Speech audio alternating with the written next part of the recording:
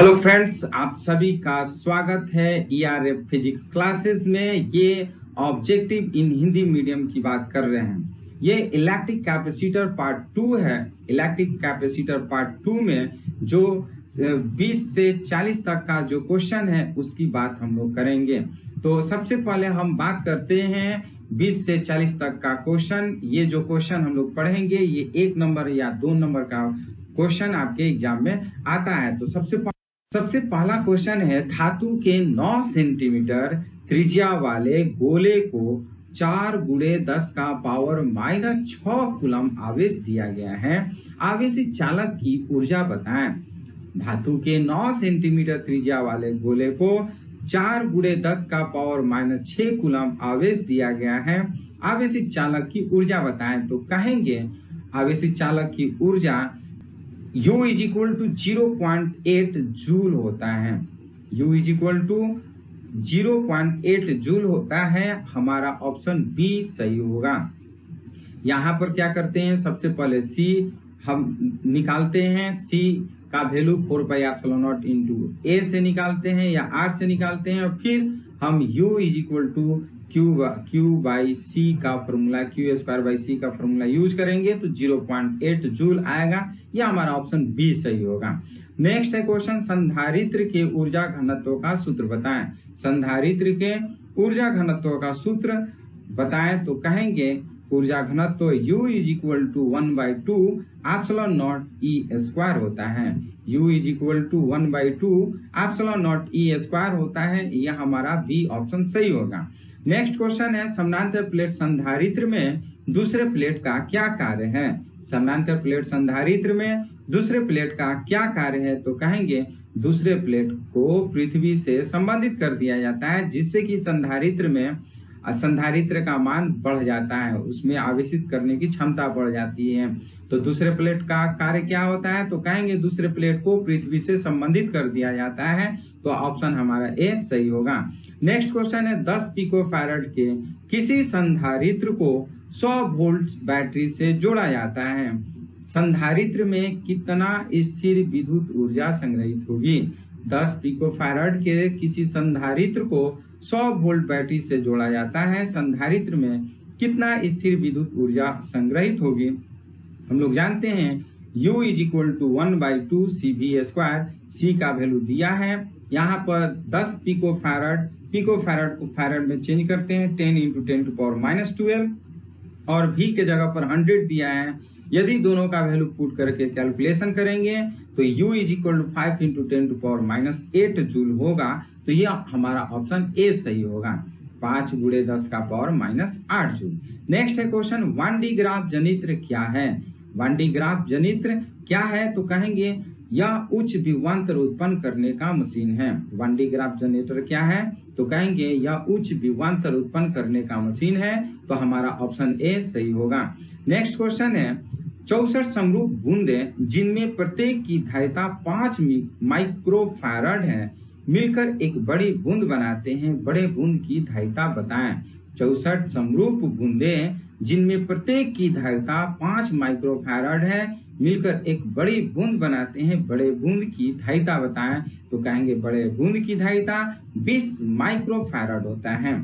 Next question, उस भौतिक राशि का नाम बताइए जिसका मात्रक कूलम प्रति वोल्ट होता है।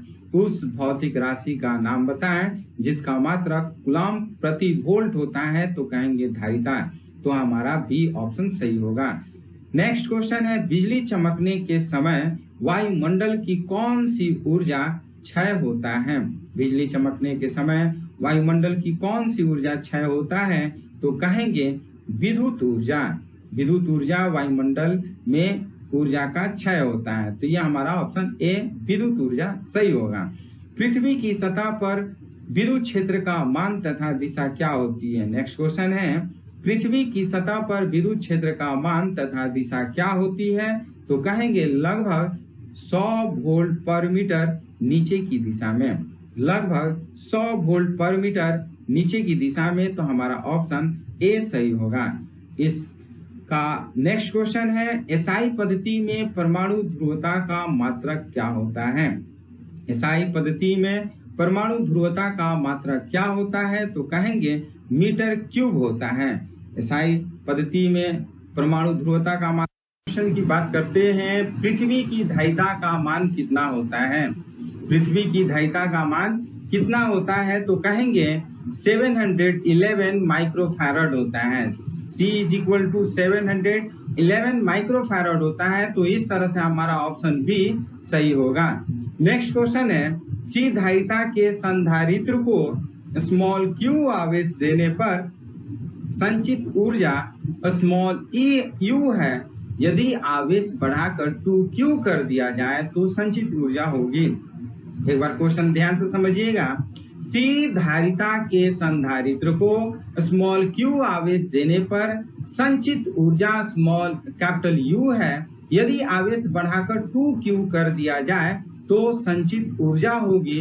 तो कहेंगे 4u, यानी कि चौगुना ऊर्जा बढ़ जाएगी। तो हमारा बी ऑप्शन सही होगा। नेक्स्ट क्वेश्चन है, 1D ग्राफ एक ऐसी युक्ति है जो उत्पन्न करती है।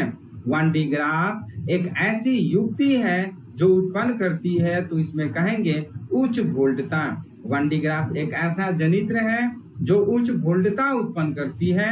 तो हम कहेंगे ऑप्शन ए हमारा सही होगा। नेक्स्ट क्वेश्चन है, समान धारिता के 3 संधारित्र को श्रेणी क्रम में जोड़ने पर तुल्य धारिता 6 माइक्रोफैराड होती है। यदि उन्हें समानांतर क्रम में जोड़ा जाए तो धारिता क्या होगा? फिर से समझिए क्वेश्चन। समान धारिता के 3 संधारित्र को श्रेणी क्रम में जोड़ने पर तुल्य धारिता 6 माइक्रोफैराड होती है।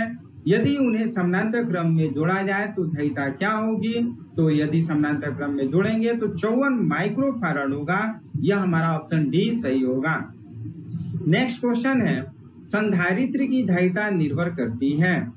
निर्भर नहीं करती है। संधारित्र की धारिता निर्भर नहीं करती है। तो कहेंगे प्लेटों के आवेश पर। प्लेट के आवेश पर संधारित्र की धारिता निर्भर नहीं करती है। तो यह हमारा ऑप्शन ए सही होगा। नेक्स्ट क्वेश्चन है, 3 संधारित्र जिनमें प्रत्येक की धारिता C है श्रेणी क्रम में जुड़े हैं, उनकी तुल्य धारिता बताएं। 3 संधारित्र जिनमें प्रत्येक की धारिता C है श्रेणी क्रम में जुड़े हैं, उनकी तुल्य धारिता का मान बताएं। तो उनका तुल्य धारिता C/3 होगा, यानी कि ऑप्शन बी हमारा सही होगा। नेक्स्ट क्वेश्चन है, एक धात्विक गोले की धारिता 1.0 माइक्रोफैराड है, इसकी त्रिज्या क्या होगी? एक धात्विक गोले की धारिता 1.0 माइक्रोफैराड है, इसकी त्रिज्या क्या होगी? तो कहेंगे 9 किलोमीटर।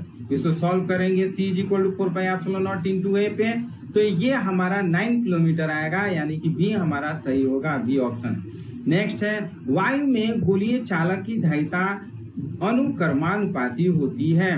वायु में गोलीय चालक की धारिता अनुक्रमानुपाती होती है। तो कहेंगे त्रिज्या के, गोले की त्रिज्या के अनुक्रमानुपाती होती है। तो अब हमारा ऑप्शन ए सही होगा।